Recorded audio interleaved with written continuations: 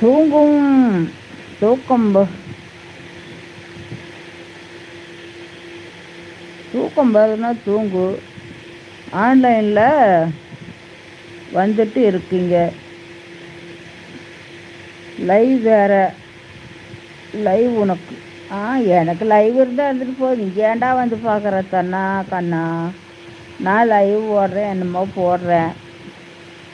உனக்கு என்ன வேலை நான் கேட்குறேன் தெரியாமல்? அப்போ ஆறு துப்பிடலாமா? உனக்கு துப்பிடலாமா?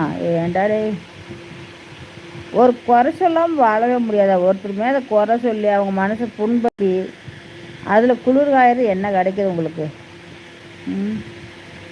இன்றைக்கி என்னை பண்ணால் நாளைக்கு இன்னொருத்தர் உங்களை பண்ணுவாங்க.